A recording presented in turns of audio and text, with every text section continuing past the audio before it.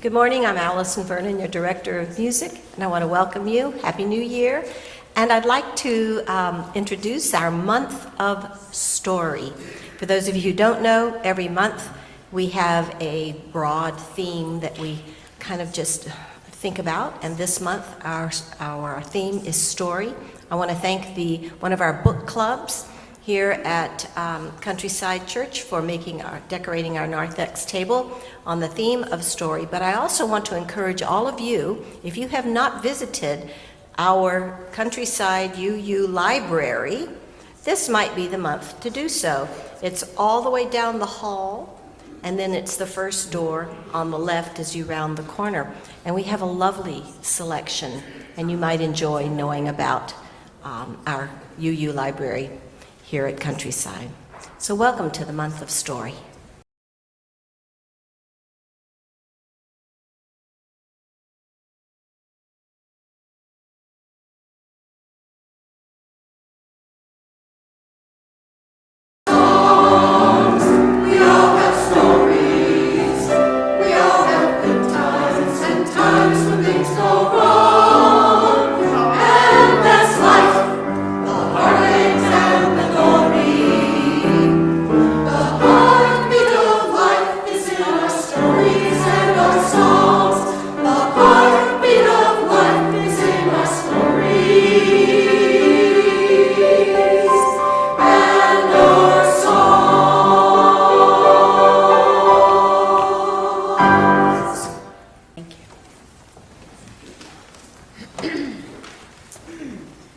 We bid you welcome.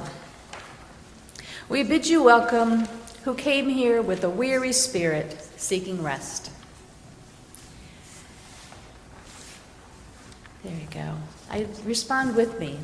Who come with troubles that are too much with you, who come hurt and afraid. We bid you welcome who come with hope in your heart. Who come with anticipation in your step, who come proud and joyous. We bid you welcome, who are seekers for a new faith. Who come to probe and explore, who come to learn. We bid you welcome, who enter this hall as a homecoming. Who have found here room for your spirit, who find in this people a family. Whoever you are, whatever you are, wherever you are on your journey, we bid you welcome. Good morning, all. My name is Pam Romancic. I'm a queer, white, cisgendered woman whose pronouns are she and hers. I serve this vibrant and amazing church, and I'm also that aunt who always bought books for gifts. And my nieces still talk to me. One of them's a great reader. Whatever identities that you bring with you this morning, they are all welcome here. We are glad you are here. Good morning, I'm Mari Van Meter. I'm your worship associate today. I'm not Ellen Vinzani. My pronouns are she and her. And today, for our chalice lighting, our reading is In the Soft Light of This Flame. In the soft light of this flame, may our lives shimmer anew. May we notice new possibilities in those relationships that seem lost. May the turning of year give birth to a dream. May the emerging light pull a new story into view. May what is give way to what might be. May we believe again that there is a tale of the world still waiting to be written. Our church shares a covenant that we make with one another, a promise that helps to remind us of why we gather and how we want to be with one another.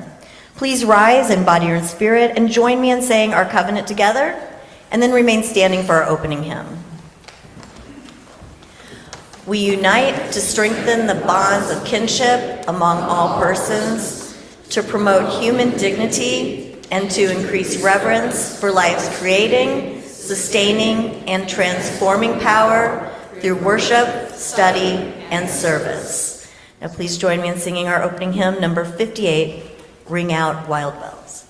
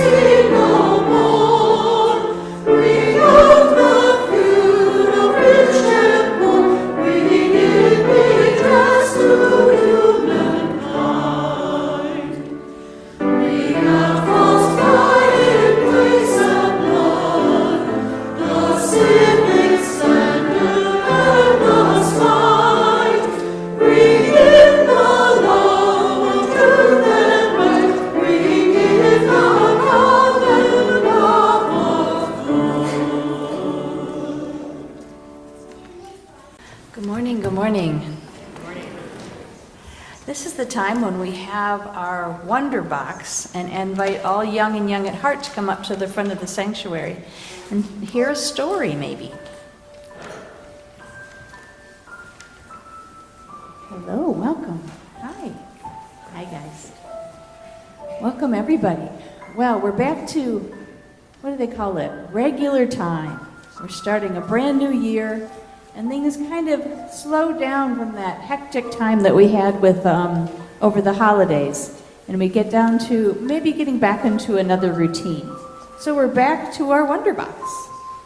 So today's service is called The Power That You Hold. So I want you to think, wonder for a minute. What is something that's really powerful that might fit in that tiny box?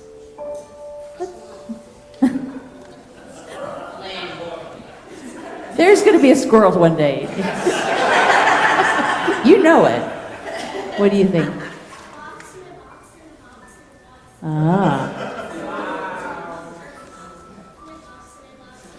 Okay. That's a lot of boxes. Maybe. Pandora's box, that's a good guess too.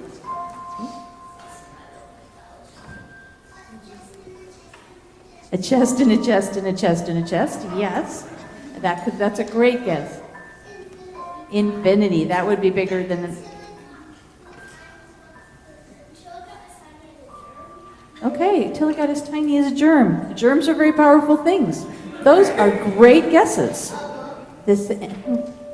A book, that's a great guess too. Would you like to come up and open the box today?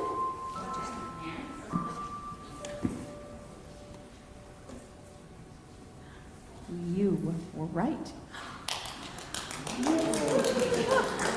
Woohoo! Thank you. You can put it back there. Thank you so much. This is a book, just if you're curious, called The Boy, the Mole, the Fox, and the Horse. It's a delicious book. If you get a chance, look it up. Books are very powerful things because they can create the world, can't they? Stories. Like Allison shared earlier, stories are what we're talking about this month, and stories are very powerful things. I'm going to invite Reverend Karen. I thought I saw, oh, there she is, right there. Come up and tell our story today and see if you can see how it relates to our theme.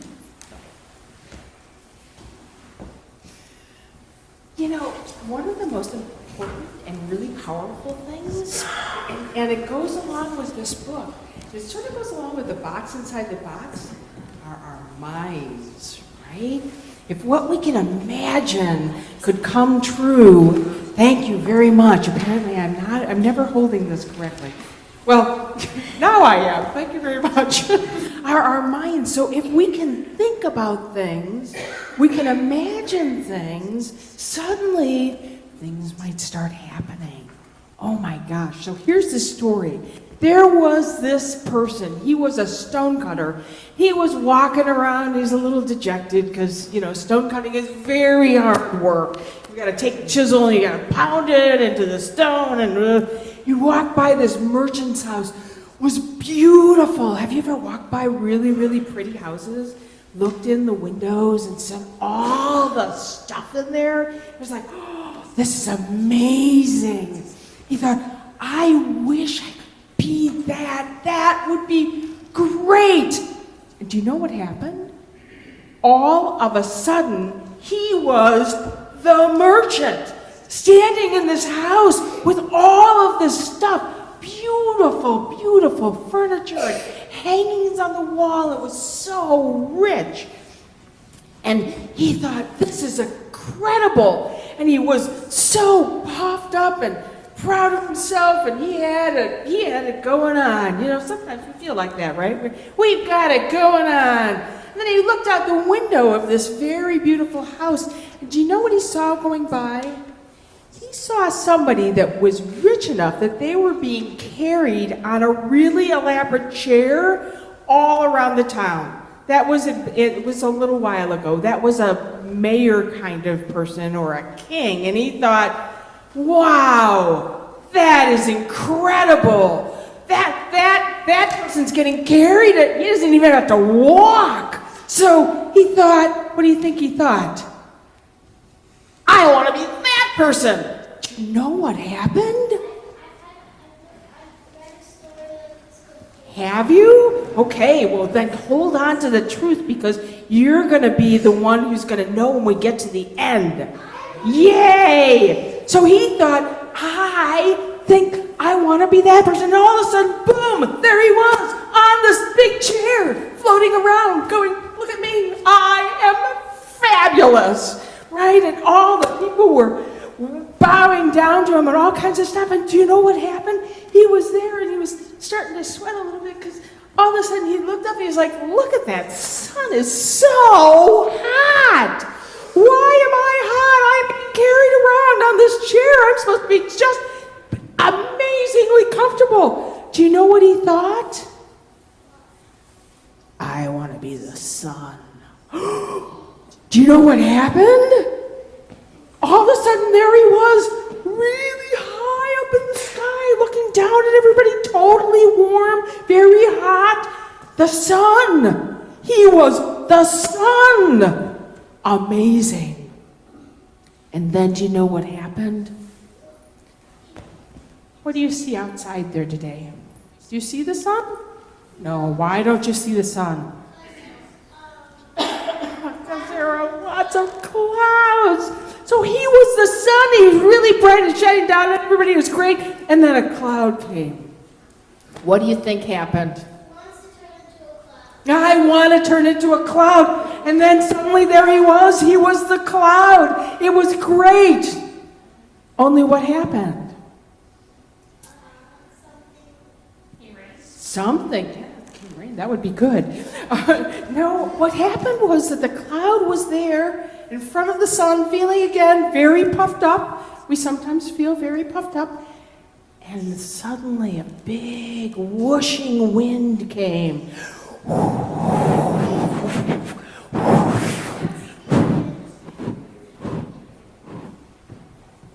Cloud gone, wind there. What do you think happens?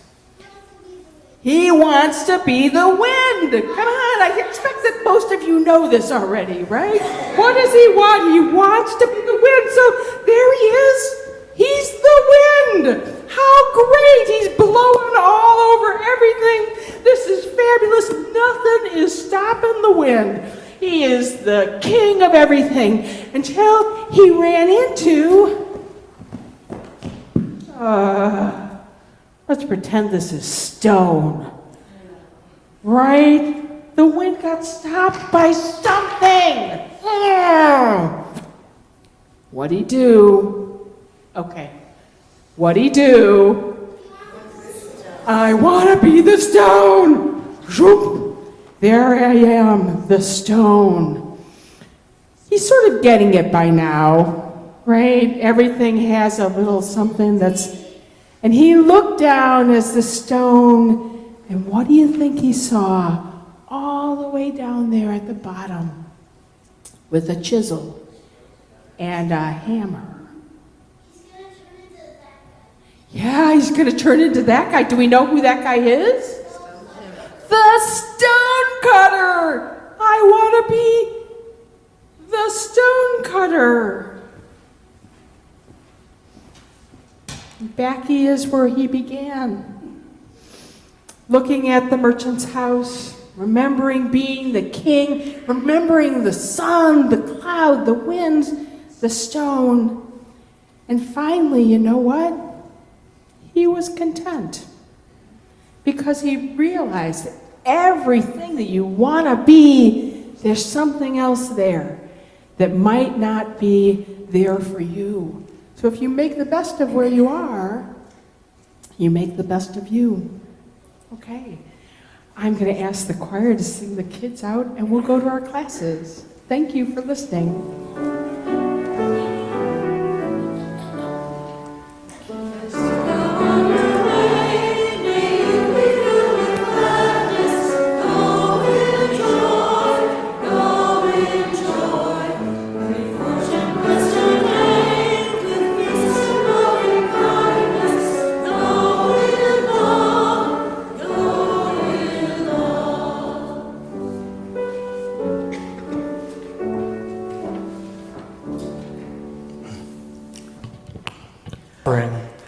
Please remember that giving is the ultimate way to ensure a true richness of spirit. Without giving, we're watered down, lost in the flood of our own self-focus. Sharing our wealth ensures that this community can continue its mission to create belonging, inspire curiosity, and to heal our world. The offering will now be gratefully received.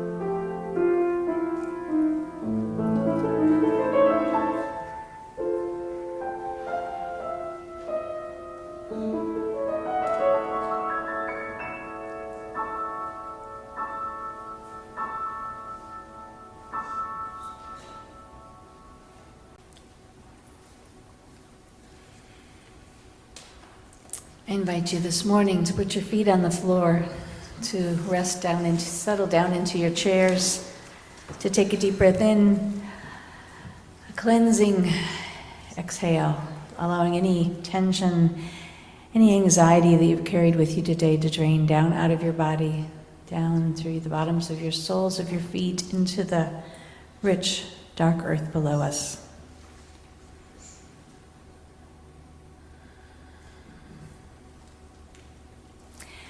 The ancestors have asked that I let you know, whatever may befall us this next year, or in so many years to come, remember this: you are made of love and stardust. That is all. No matter what they knew or didn't know, when they were here, they clearly know this now. You are made out of what endures, what matters most, what cannot fail, what will never die. We will not lose this life or world or us. We carry on as all the earth and sky.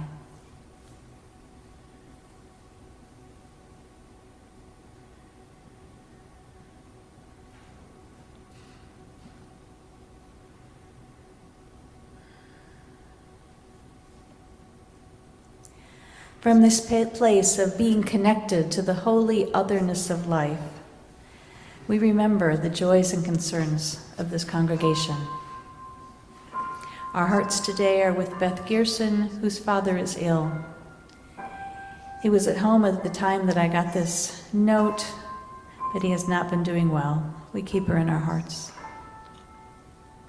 We're sending love and quick healing vibes to Peggy Simonson, who will be having knee replacement surgery tomorrow. Hope it all goes as well as possible and you're back dancing in no time. We've also heard from Bob Spielman, who let us know that he and Karen are doing a little bit better, but still not up for visits. He just checked into Radford Green for 10 days of rehab, and they are very hopeful they will both be feeling better soon. Keep them in our prayers.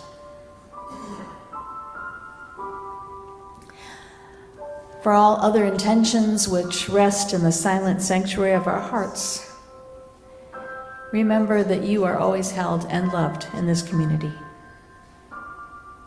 Please remain seated as we sing Spirit of Life.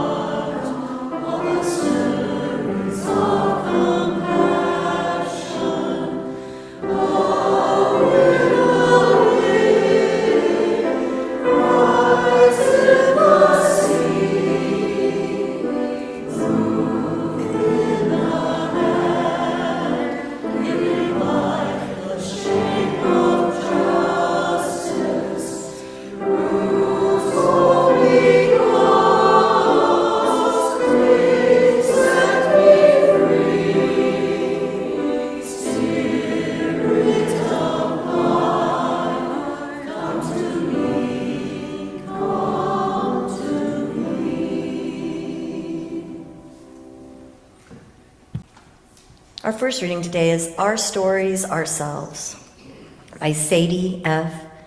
Dingfelder. One of Washington, D.C.'s newest hotspots isn't a trendy restaurant or a bar. Rather, it's a place where regular people, some visibly nervous, step on stage and tell stories from their lives. Often it's the most unassuming people who tell the most riveting, hilarious, and heart-rending tales, says Amy Seidman, head of Speakeasy DC, the nonprofit theater group that runs the event. It's a myth that people who get on stage are all extroverts, says Seidman. We all have stories to tell and are just dying for people to listen to them. That's an astute observation, says Dan McAdams, PhD of Northwestern University psychology professor who has spent the past decade systematically and quantifiably studying stories. When people turn episodes from their own lives into anecdotes, it's not just to entertain friends, McAdams says. Stories allow us to make sense out of otherwise puzzling or random events. Stories help us smooth out some of the decisions we have made and create something that is meaningful and sensible out of the chaos of our lives, says McAdams. Our stories can also help shape our future, researchers have found. In particular, telling stories of struggle that turn out well may give people the hope that they need to live productive lives. And stories that vividly describe turmoil seem to help people grow wiser in the aftermath of major life challenges. Taken together, psychologists' narrative research makes one resounding point. We don't just tell stories, stories tell us. They shape our thoughts and memories and even change how we live our lives.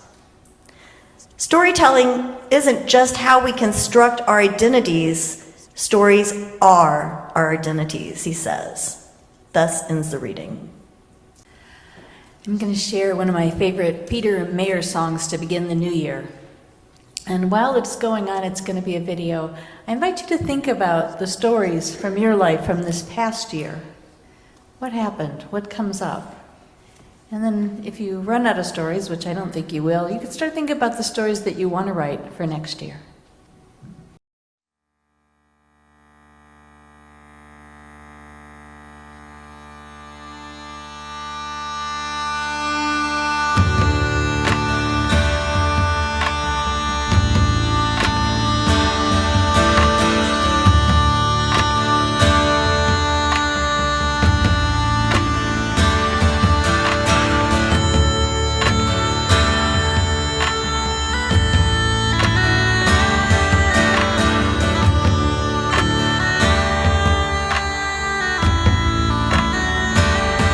We have been weighed down by sadness like a stone.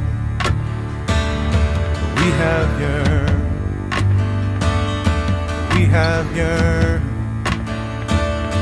We have sometimes felt so utterly alone. While we turn,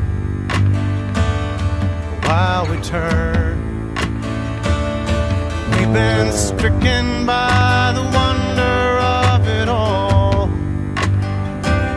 Stricken down.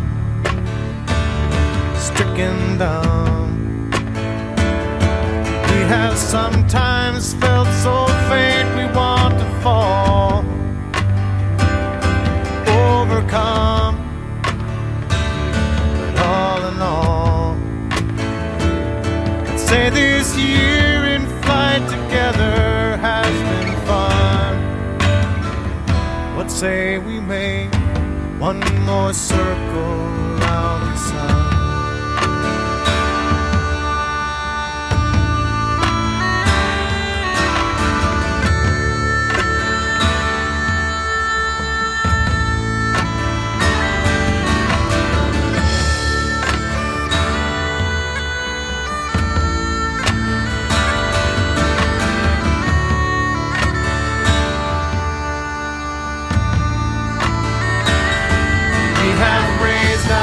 Fists in anger and we've tried work it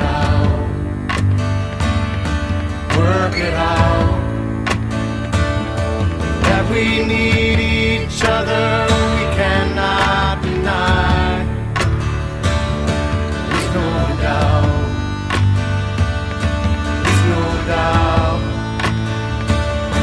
Let us leave another dream in outer space while we're turning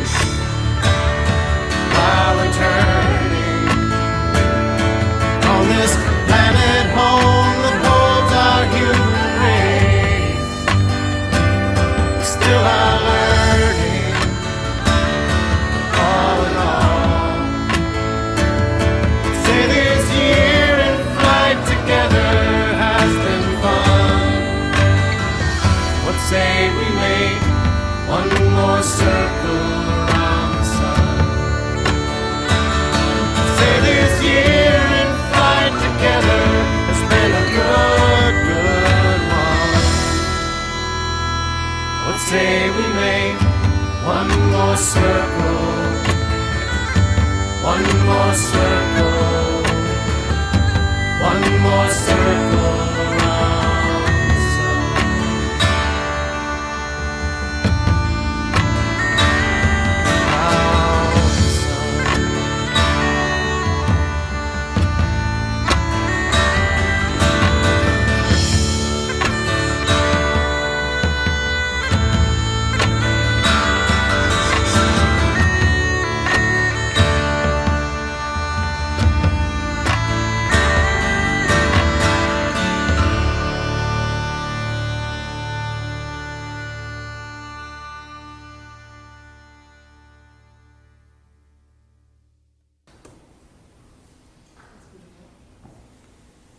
All right, our second reading is The Truth About Stories, and it's an excerpt from Thomas King.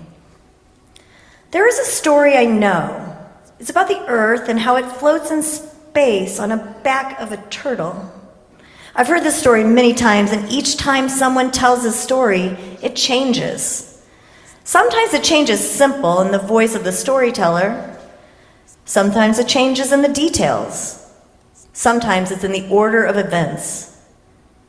Other times it's the dialogue or the response of the audience. But in all the tellings of all the tellers, the world never leaves the turtle's back. And the turtle never swims away. One time, it was in Prince Rupert, I think, a young girl in the audience asked about the turtle and the earth. If the earth was on the back of a turtle, what was below the turtle? Another turtle, the storyteller told her. And below that turtle, another turtle. And below that one, another turtle. The girl began to laugh and enjoyed the game, I imagine. So how many turtles are there, she wanted to know. The storyteller shrugged. No one knows for sure, he told her, but it's turtles all the way down. The truth about stories is that's all we are. Thus ends the reading. The truth about stories is that's all we are. Does that feel right? We feel like there has to be some objective reality to us somewhere, right? Did you think of any good stories during the video that you might tell somebody about? Some story maybe that you hadn't thought about for a while? Because the stories we tell do make up who we are. So when you go out to coffee hour later on, I want you to share whatever story came up. Share one story that came up with someone and listen to theirs. And then as you're driving home, you might ponder why that story was the one you decided to share. Because there's a hint of how we create our identities out of our stories. The ones we choose to tell and the ones that we hold close and never share. The interesting thing about stories is that it's not only all we are, but it's also how we came to be in the first place.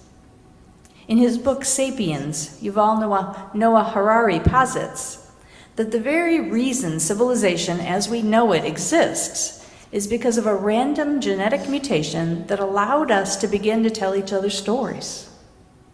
Harari calls it the cognitive revolution and said it made all the difference in determining who we are today.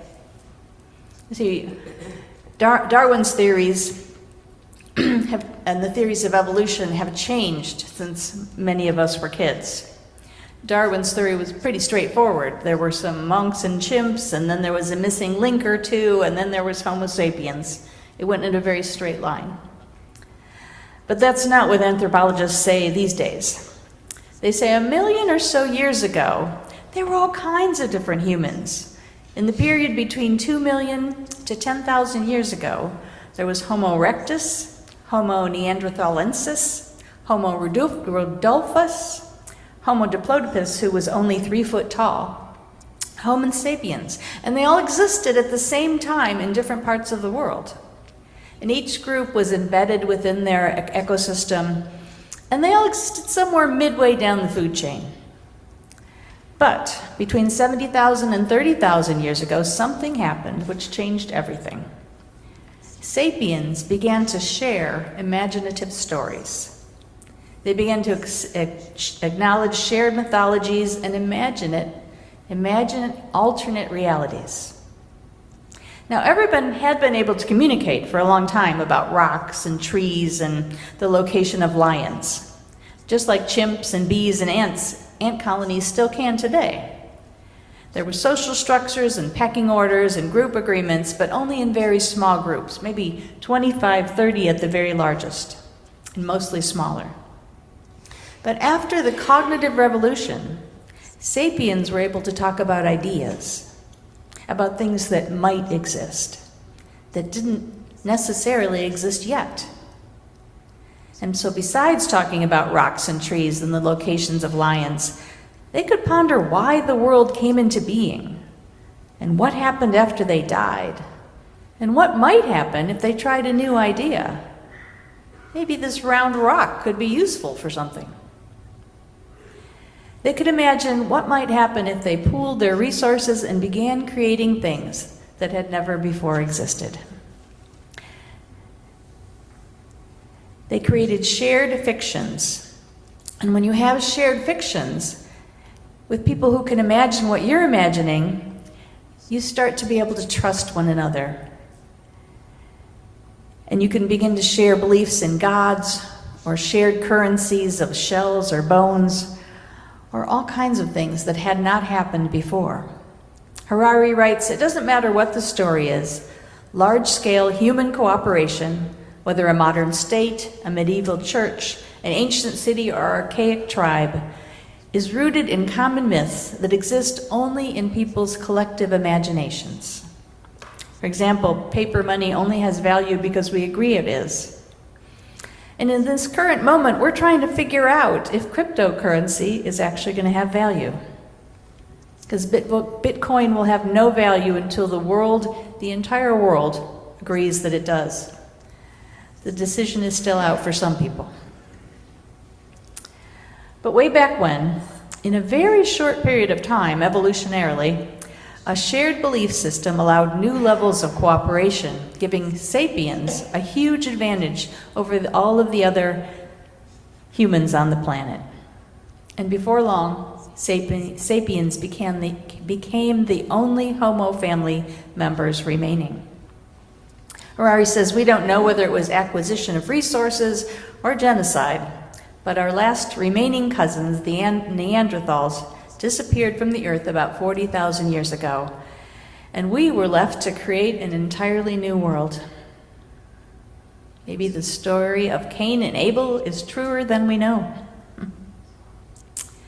But the fascinating thing is that because we're able to share stories, because sharing and imagining realities together builds trust, and it allowed cooperation in ways that totally altered our ancestors' lives and our own.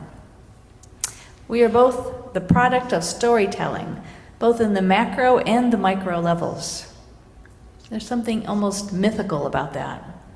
All of our lives are creative fiction, and we have more power than we know to take charge of our own stories, to make our story be one we want to tell. In another part of the article that Mari read earlier, the author Dingfelder describes a story told at Speakeasy DC by a woman named Erica Haagensen. A disability rights activist, Haagensen shared an anecdote about a flight attendant who initially refused her request to pre-board her aircraft. She said she was rebuffed and then embarrassed when the flight attendant called attention to her cane, announcing, "Everybody step aside, this little girl's handicapped." Haagensen reported that she made it on the flight, jostled, unsteady, feeling unseen, but she continued, "I fastened my seatbelt low and tight across my hips. I locked my pride in an upright position and said, I am making it through this flight." In the end, she does more than survive the flight. She emerges stronger, more confident, and more comfortable requesting accommodation in the future. Her telling of the story reframed it into one of triumph. She could have told the story of being mocked and victimized. It could have caused her to stop traveling altogether. Instead, she told a story of making it through and becoming stronger for her next challenge. We each have those opportunities. We can shape the way we tell the stories of our lives and shape our experience of life and our response. We have this game we play when we're driving. I often make up stories to explain the erratic behavior of drivers around me. So if someone's going very slowly, I tell Karen that that's my guardian angel, and they're going really slow to make sure I don't drive fast and run into something that would be harmful. Might help. But that comes from an experience that we had a long time ago driving through the streets of Chicago, carrying a dying cat. Karen drove as I held Gray Max. He was howling, wrapped in a towel, and she zigged and zagged at breakneck speed, trying to get him to the veterinarians in time. Ultimately, Gray Max didn't survive, but at least he received some medication that lessened his suffering for the last bit of his life. It was harrowing all the way around. But the takeaway for both of us has been, whenever we see somebody driving really, really crazy, we look at one another and said, maybe they have a dying cat. It stops us from yelling, "Jerk," out the window. There are many, many ways that we can interpret the world around us and change and shape our own experiences. The stories we tell affect our response in this world. Back in 2019, there was a ceremony honoring my dad, who had passed away in 2016. It was a ribbon cutting at the dedication of a building that was being named after him back in Lorain, Ohio. But only 4 of his 6 children were there to attend. See, my dad was a public servant much of his life. And he was a person that really cared about helping young people and helping them find their way in the world. And this was a shop that was going to train young people to recondition and sell bicycles. He gave them the skills they could have to work on things with their hands, and then the sale of the bicycles would support the program. Helping people, especially young people, was my dad's passion and guided a lot of his life. But while he loved humanity on the outside, his actual hands-on parenting left something to be desired. It left stories in my family of disinterest, of emotional abandonment, of neglect, especially by my brothers. So one of my dad's stories was one of an uninvolved parent. And I admit, I felt unseen and unimportant to him, and that is one story. But I am also, at the same time, very proud of the work he did in the world. I'm proud of the passion that drove him to try to make the world a little better place. And I've inherited a little bit of that, and I can appreciate the complexities. See, my dad was in a wheelchair for the last 10 years of his life, suffering from ALS. But he never let it stop the work he was doing to make Lorain a better place. He was still dictating the community newsletter in the last weeks before he died. And none of us ever thought of him as a victim of his disease because he did not see himself that way. It was an inconvenience that made life a little bit more challenging, but it did not define who he was or how he was going to be in the world. We have some folks around here like that too. The most poignant thing about the ribbon cutting ceremony was that the people that had worked with him on the Community Action Agency through all those years told a story of what an honorable and dedicated man he was, the man my dad wanted to be. And while not the whole of the story of Ron Nabokowski, it was definitely a true story. We all have complicated stories, stories with multiple threads, with varied perspectives, with places that we're the hero and places where we fall short. But we're also like that stone cutter with tools for carving something out of solid stone. We are more powerful than we ever understand we can be, because we get to choose the stories we tell and the arc of their message. But we never ever do it alone. We do it in community, we do it in our families, we do it in our churches and at our jobs, and none of us is a single story, no matter how obvious we think the story might be. Chimananda Ngozi Adichie says the single story creates stereotypes, and the problem with stereotypes is not that they're untrue, but that they are incomplete. They make one story become the only story. Homo sapiens figured out how to share stories and then created a world beyond their imagining. We create our own lives out of the stories we tell and the ones we listen to. Collaboration, listening, imagining, these are all the stuffs of being human. So, don't give your story away to anyone. Use your imagination. Choose how you will interpret, what conclusions you will draw, where you want to go. And remember to bring those you love and who love you, who know your fullness, who knows the things about you that you can't even imagine, and let them be part of telling your stories. At Coffee Hour today, share a story you haven't before, and on your way home, reflect on why that particular story came up. What did it say about you? What can you learn from your own story? The truth of stories is that's all we are, and that truth makes us powerful co-creators in a world in which we live and breathe and have our being.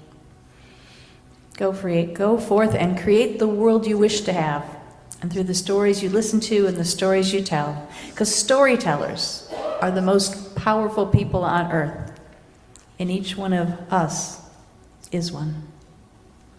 I mean.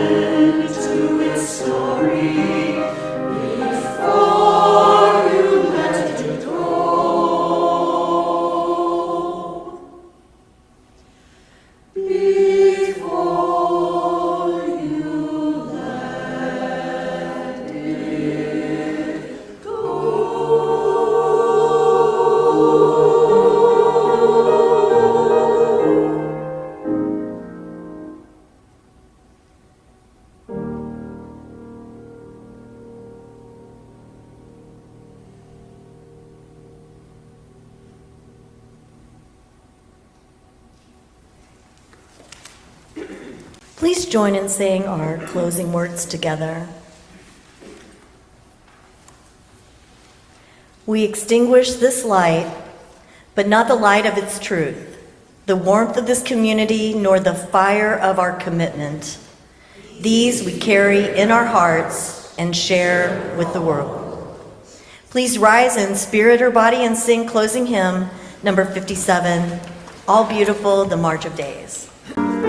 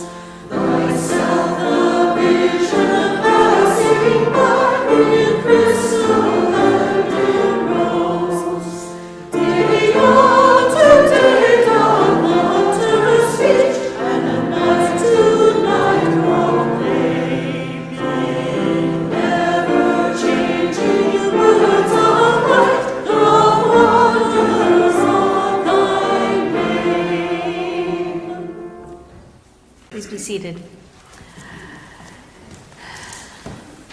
We've turned the page on 2024, and the new year lies ahead of us like a blank page. What will you do? Where will you go? What might this chapter add to the story of your life? Adventures await. Go forth in creating the best you yet. As